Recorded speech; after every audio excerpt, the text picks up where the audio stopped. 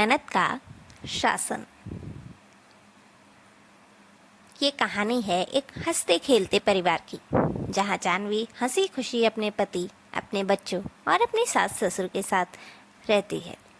लेकिन उसकी ज़िंदगी में भी कम परेशानियाँ नहीं थी। जानवी की ननद खुशी थी।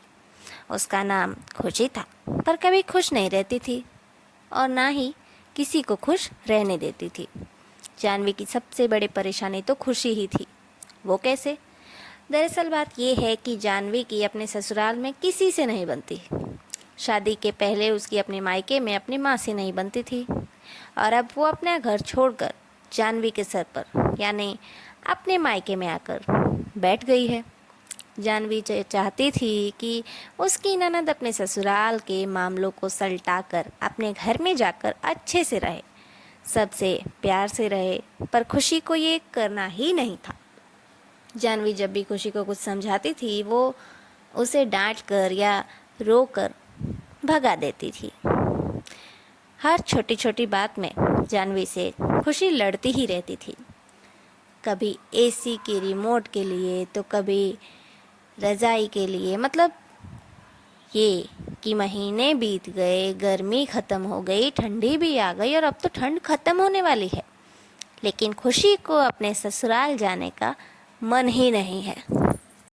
खुशी को उसके ससुराल ले जाने के लिए उसका पति भी आया था, यहाँ तक कि उसकी सास भी आई थी उसे मना कर ले जाने, लेकिन खुशी की टेढ़ी जुबान की वजह से वो लोग वापस चले गए। खुशी की माँ उससे बात ही नहीं करती थी, क्योंकि उनकी तो शुरू से ही नहीं बनती थी। एक दिन खुशी की ननद का खुशी की भाभी जानवी को फ़ोन आया।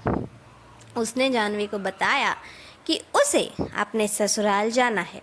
उसकी सास की तबीयत खराब है, लेकिन इस वजह से कि उसकी माँ की तबीयत खराब है और उसकी भाभी खुशी वहाँ नहीं है, वो अपनी माँ को छोड़कर अपने ससुराल नहीं जा सकती।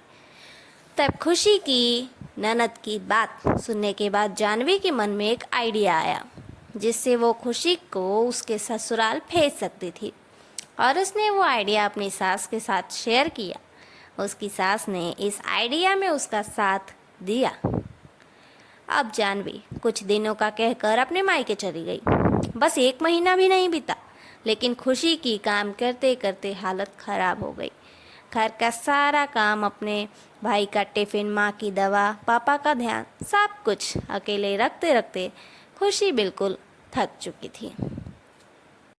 वो बार बार अपनी भाभी जानवी को फ़ोन करने लगी कि जल्दी आओ, मुझे इतना काम अकेले नहीं हो पा रहा है।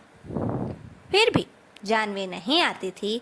तब जाकर मजबूरन जब 2 महीने पूरे हो गए और खुशी की हालत ख़राब हो गई, तब उसने सोचा कि इससे अच्छा तो मैं अपने घर जाके अपने ससुराल वालों की सेवा करूं।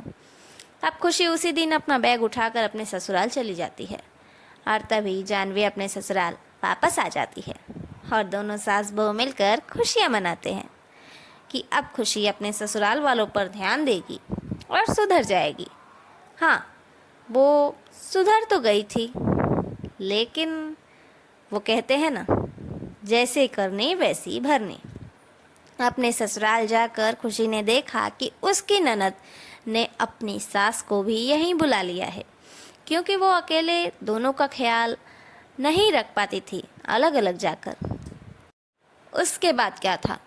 अब खुशी को अपनी सास और अपनी ननद की सास और साथ ही साथ अपनी ननद, तीनों के नखरे उठाने पड़ते थे।